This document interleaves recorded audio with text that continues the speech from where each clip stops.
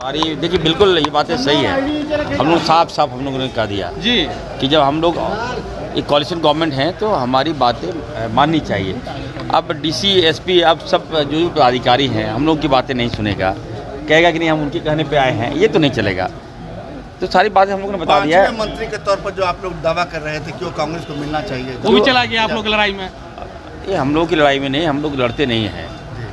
हम लोग कांग्रेस पार्टी से बिलोंग करते हैं। जब जेएमएम को बड़ा भाई माने हैं तो हम लोग छोटा भाई हैं, हम लोग सपोर्ट कर रहे हैं, तो उनको ही बड़ा दिल दिखाना चाहिए। और हम लोग आने वाले दिनों में अब देखिएगा हम लोग जो वार्ता हुई है बिल्कुल सकारात्मक हुई है और आला कमान बड़ा निर्णय लेंगे। बहुत बड़ा निर्णय कैमरे रूम के अंदर दिख रहा है। नहीं पहले तो ये प्रदीप जी आप ही वो नाराज वाले कैंप में है कि समझाने के लिए? नहीं, हमें पता नहीं कि आप कौन सा प्रश्न कर रहे हैं। आपकी प्रश्न मेरे सर से ऊपर जा रहा है। जी विधायक लोग नाराज हैं कि शपथ ग्रहण समारोह में ये सारे प्रश्न मेरे समझ से ऊपर के हैं। अब नीचे के कुछ प्रश्न कीजिए मेरे लायक, तो मैं इसका उत्तर दे। पद का शपथ आप ले रहे हैं कांग्रेस कोटे से? मुझे तो आमंत्रण नहीं मिला है। अच्छा ये बताइए कि क्या जो नाराजगी है तो इन लोगों से पूछा नहीं गया था? आलाकमान ने ऊपर में फैसला कर लिया, क्या कुछ हुआ? देखिए पार्टी, सारी पार्टियों का एक तरीका होता है।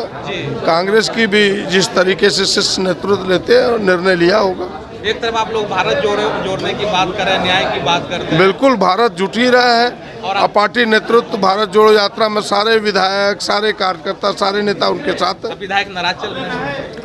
भाई कुछ बातें रहती है आपस में, परिवार है, परिवार में जब दो भाई रहता है, एक बाप बेटा रहता है, उसमें नाराजगी होती तो बड़ी बात है, तो बड़ा परिवार है। लेकिन प्रदीप जी जब 17 में 12 विधायक जब कमरा में बंद हो जाए, कहें कि हम लोग नहीं जाएंगे राजभवन, ये सारी बातें आप जो इसके लायक है, कहने लायक, उनसे पूछिए। मैं एक विधायक हूँ, बस इतना ही उत्तर आपको दे सकता हूँ।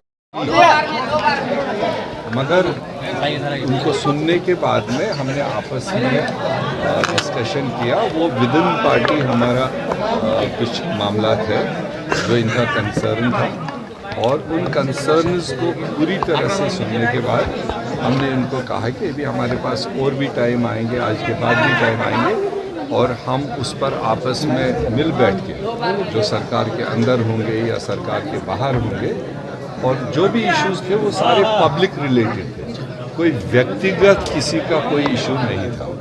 जो ये अपने फील्ड में जिस तरह से जो कठिनाइयाँ महसूस कर रहे हैं, उन कठिनाइयों को लेकर इनको ज़्यादा कंसर्न था, क्योंकि इसी साल के आखिर में फिर इनको पब्लिक के बीच में जाना था। तो इसलिए मैं समझता हूँ ये एक नेचुरल, बरवक्त और सही इनका फैसला था कि आपस में मिल बैठ के वो चीज़ें इन्होंने कन्वे कर। सर साफ तौर पर कहा गया सर कि जो पुराने लोगों को रिपीट किया जा रहा है उससे नाराजगी है, पुराने मंत्री फोन नहीं उठाते हैं इसलिए उनको बदला जाए। वो तो शिकायतें जिसको पब्लिक फेस करना होता है, अल्टीमेटली तो उसी को पता होता है मैं क्या फेस कर रहा हूँ। तो इसलिए अगर पास्ट की कोई ऐसी कमी पेशी इनको लगी थी, चाहे वो हमारे मंत्री है, कोलिशन के मंत्री है, इन टोटल सरकार है, जो इनके कंसर्न्स थे, तो हमने इनको फुल एश्योर किया कि ये सेटअप बनने दीजिए, जो आपके कंसर्न्स है मैं करने की कोशिश करेंगे।